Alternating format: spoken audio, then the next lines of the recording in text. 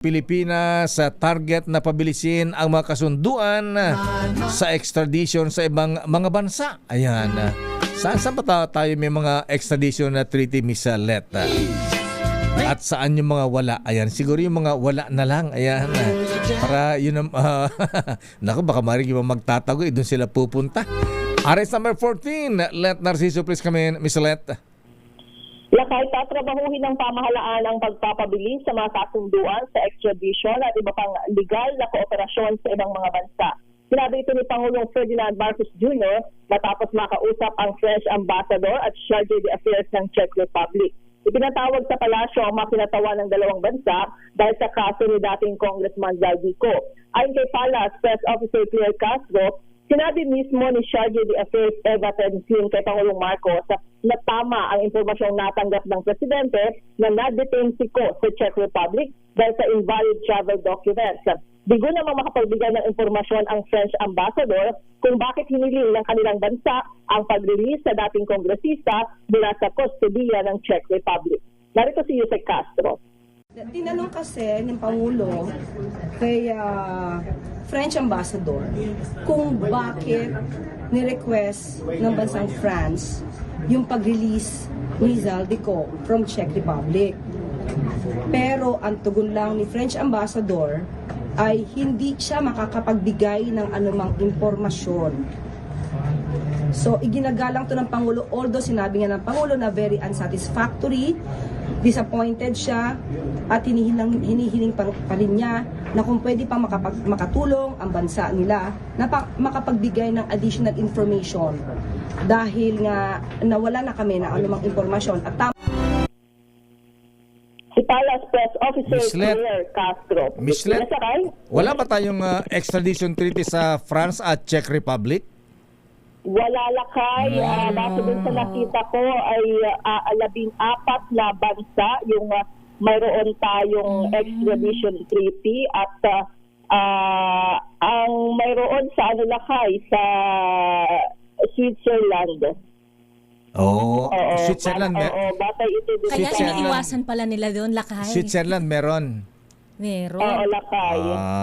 Yan. 14 yung nakalagay dito eh. Australia, Canada, China, Hong Kong, India, Indonesia, Korea, Micronesia, Russia, Spain, Switzerland, Thailand, UK at US. Nakalagay ito dito sa website ng DOJ. Diyan tayo may ibang ano pala yung Lakay, kooperasyon. Iba yung extradition treaty doon sa may tinatawag pang mutual legal assistance in criminal matters, ganyan. So, siyang na bansa naman yun. Kaya so, pala kakaunti Lakay. Oo.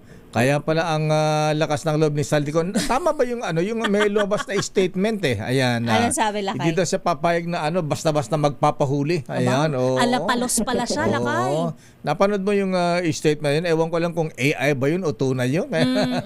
Legit check natin, Lakay. Ayan. Sige nga. Oo. Pwede siyang magtago sa Antarctica. Ayan. Iceland. Oy.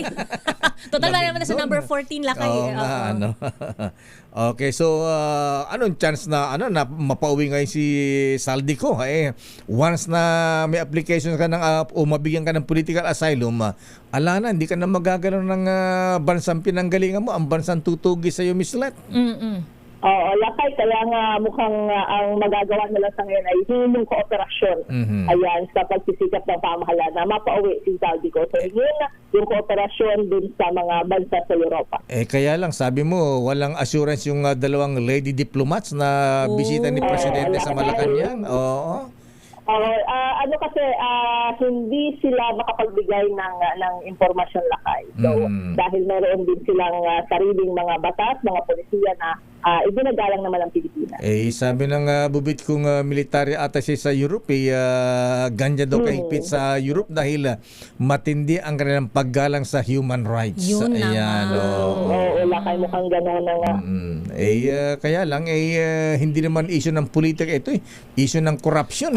Maleta. Issue ng maleta. Krimen ito, hindi naman political offense o kaya difference in political opinion o kaya political dissent, mga ganyan.